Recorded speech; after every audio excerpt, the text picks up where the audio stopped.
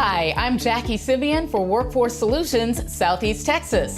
Today, we're talking resumes. Specifically, we're exploring how a good resume is essential to landing a good job. It answers the question, why should I hire you? We'll also discuss resume formats, what a resume should do, what to include, and the do's and don'ts on a resume. So what is a resume? It's a summary of your work history, skills, and experience that lets prospective employers know you're the job candidate they're looking for. Remember, your resume is usually the very first thing an employer learns about you. So make sure it does a good job of selling your experience and abilities. An important first step is choosing the right kind of resume for your needs. There are three main formats to consider: chronological, functional, and a combination of the two. Chronological resumes list your work history in reverse order, meaning it begins with your most recent job and then works back through your employment history. They're easy to write and are a great way to emphasize a strong employment record. Functional resumes focus more on core skills and abilities. If you're going after a specific job and possess the required skills, then the functional resume may be right for your situation.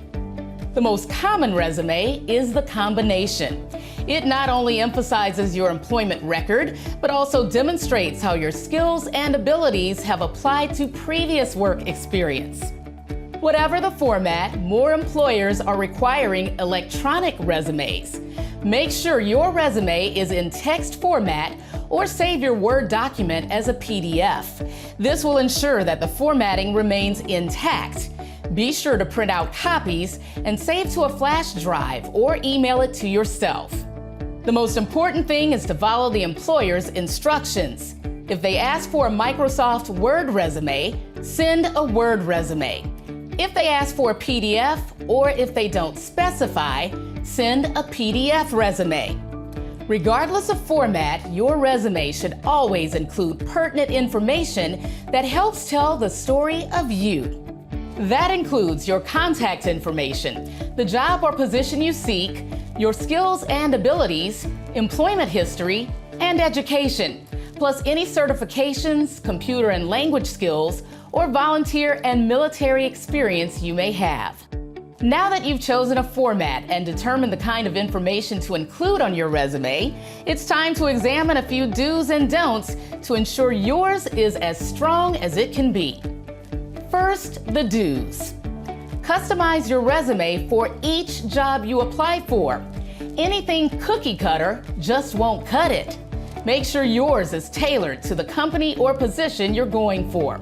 This shows you're interested in that particular job rather than just a job. Be sure to highlight your achievements. Draw attention to relevant experience that showcases your ability to perform well in the job you seek. Emphasize what sets you apart.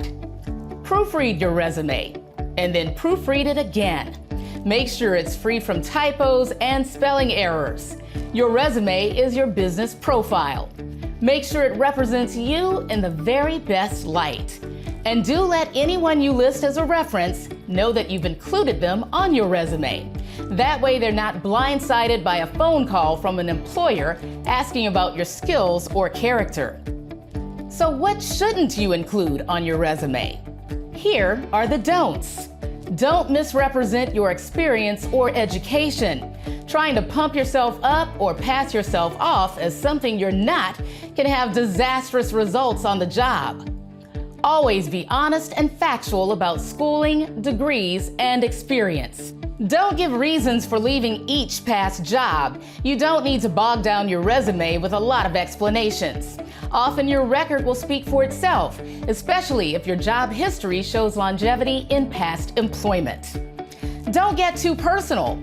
The resume is just about you, the potential employee, and your experience and ability to perform the task.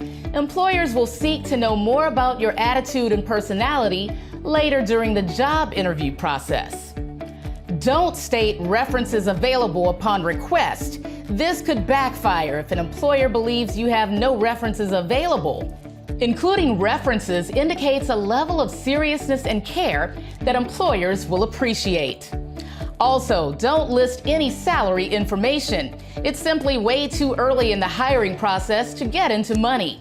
The resume is really just the first step that gets your name out there and in front of hiring managers. To sum it up, as you begin your job search journey, make sure you're armed with a solid resume. One that looks professional, is error-free, and targets each job you're applying for. Also, make sure it's accurate, truthful, clean, concise, and easy to read. These tips will help give you a resume that works and a head start on your job search. So get to writing and good luck. For more help on interview tips, job searches, job fairs, postings, training, and other valuable resources and services, visit our website at the link below.